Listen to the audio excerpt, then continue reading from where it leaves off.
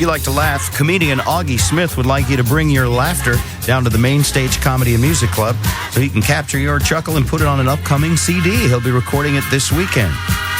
When Auggie gets going, the laughter's flowing. Anyone who's seen him on Comedy Central or Last Comic Standing will attest to that. You can check out an 8 o'clock show tonight or an 8 or 10:30 show tomorrow at the Main Stage Comedy and Music Club, which is located right across the street from Key Arena on First. Auggie Smith, welcome back to the Bob Rivers Show. It's been a little while. Good to see you. They tried to keep me from you. They tried to flood the roads so that I could not get to you. They didn't want me here. But we won't let that stop us. The road is washed out. Do we live in the Old West, people? The roads don't wash out anymore. There's always some sort of disaster trying to keep me from doing comedy. This year, I was in a tornado. It's horrifying. When you say in, what do you mean? I mean, I was in a tornado. I'm driving along in the Midwest. I'm in my rental car. And first of all, say what you want about hurricanes. Hurricanes are bad. I'll give you that. You know, hurricanes coming like a week in advance. You guys know. With the tornado, the whole warning system's like, duck! You know, you don't know. So I'm driving along. I'm in my rental car. I'm surrounded by corn. I don't know where the hell I am. And then what do you guys do? There's that fax machine noise on the radio. Uh-oh, that's bad, right? Yeah, right. And then, the tornado's coming. Get in your root cellar, which you can't even get on a rental car. It's like curb feelers, right? Now you're a big fan of Christmas. Do you decorate? What kind of thing do you live in Portland? Do you live in like a condo? Or? I had to get a new apartment recently, but I did not know this about because with holiday shopping, I'm a little behind already. I haven't even actually gotten my Halloween candy yet, but I didn't know. I had never heard this term before. It's a good time to get it, by the way. Yeah, the day after Thanksgiving is Black Friday. I'd never heard that term before. I didn't. And aren't we kind of overusing black at this point? I mean, Black Sunday is the day when British troops massacred peaceful protesters in Northern Ireland. The Black Plague wiped out a quarter of the world's population. Black Friday is when J.C. Penney opens up at 4 a.m. I go to the mall when all these people are shopping, right? And by the way, about the war on Christmas is over. Did you hear this?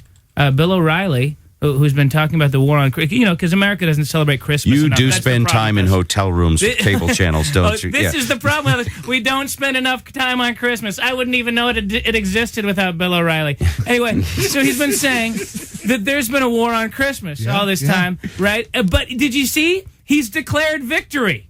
That there is no more war on Christmas. Bill O'Reilly has succeeded where Jesus Christ failed. Perhaps this man has a bit of an attitude at this point. Anyway, so I go to the mall, and it's all the people shopping, and I see a woman with her kid. And the child is 4 years old or 12. I don't know. I don't gauge age as well. It could walk and form sentences, whatever that is. And the kid, you ever seen this? The kid was on a leash.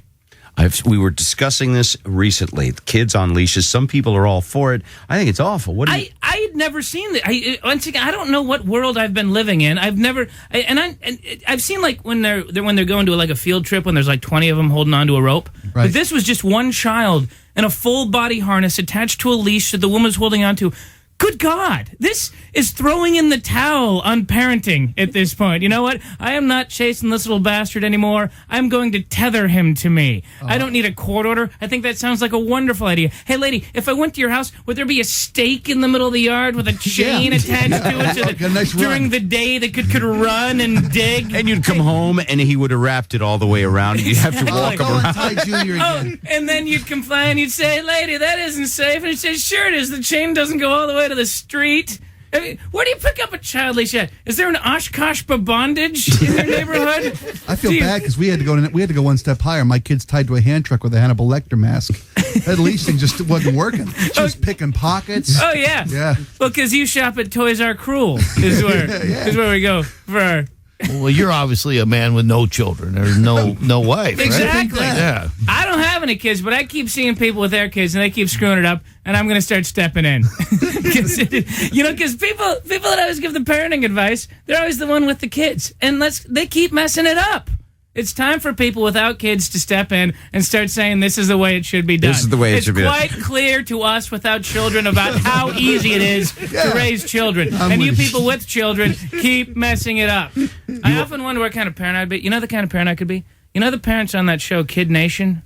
I could be that kind of parent. You know, that drops off your kid for a reality abandons show. your child for months. That sells them to a television network so that people can watch. You could do that. Do you guys know this show, right? I do. Oh I've my watched the show. God.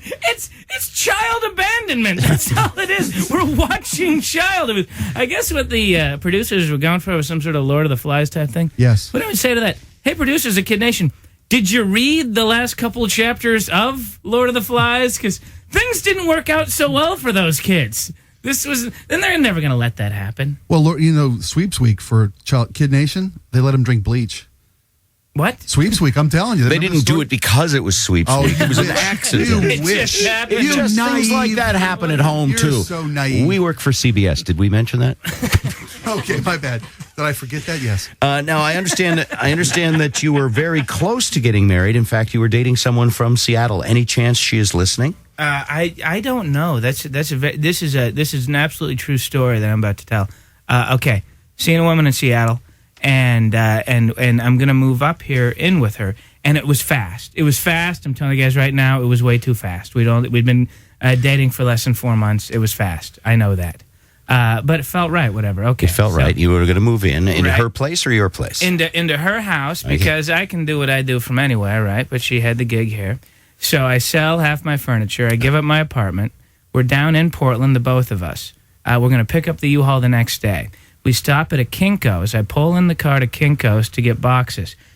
As I pull in, she turns to me and says, I can't do this. And I actually say, that's cool, wait in the car, I'll go get the boxes. Okay, sweet. You're good. You didn't know what was really going on. Turns out that isn't what she meant. Yeah. Right? And there's a lot of things going on here. First of all, I've been in a couple different relationships that lasted more than 2 years, and I was wondering, maybe these girls were trying to break up with me for some time, and I just you were saying, absolutely no, I'll go get the boxes. Yeah. It's completely oblivious. And then they were like, "Well, he doesn't get it. I guess I got to stay with him." So there was no sign that this was coming. I guess there's signs. There's always signs. Yeah. But so here's a little something I wanted to ask. This is a little strange question. She felt bad about the fact that I had given up my life, basically, and gave me money. She gave me a check, a breakup check from a woman, because she felt bad about stuff. Now, what do you think would be the sum of your existence? What is the number you would place on your life? What would be the number that you would think that check would be for? Well, for 4 months and half your furniture, I'd say at least $500. $500 indeed, sir. That's what it was. You lowballer. I was thinking 4 digits at least. Well, that's a starting point. If this was Price is Right, you would win both checks. Wow. So it was an I know that you had to sell all of your furniture, and then I'm being unreasonable. And so the Did point she give you a reason though? What was the reason to break up? It's always the same reason. It's always the same reason. It's I don't feel about you the way. I mean, they can give you a million different reasons.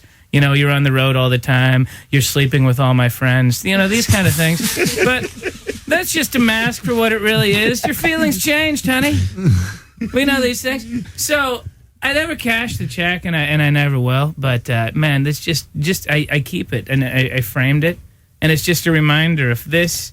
This is what my life is worth. Wow. 500 beans, pal. 5 yards. By the way, how damaged are you now to date other women from all of this? I completely messed up. Yeah.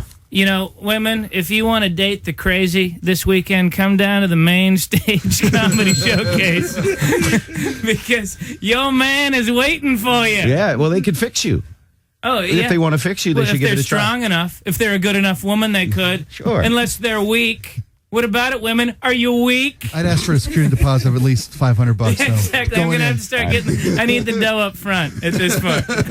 Augie, I remember why we loved you so much the first time we were here. Please keep coming back. Oh, I love it. Thanks you, Bob. Auggie Smith headlining at the Main Stage Comedy and Music Club Friday at 8, Saturday at 8 and 10:30. Can we give away a couple of tickets? Augie's fantastic. Let's give away a pair of tickets for each show. So caller 9, 10, and 11 will get to see Auggie Smith this week.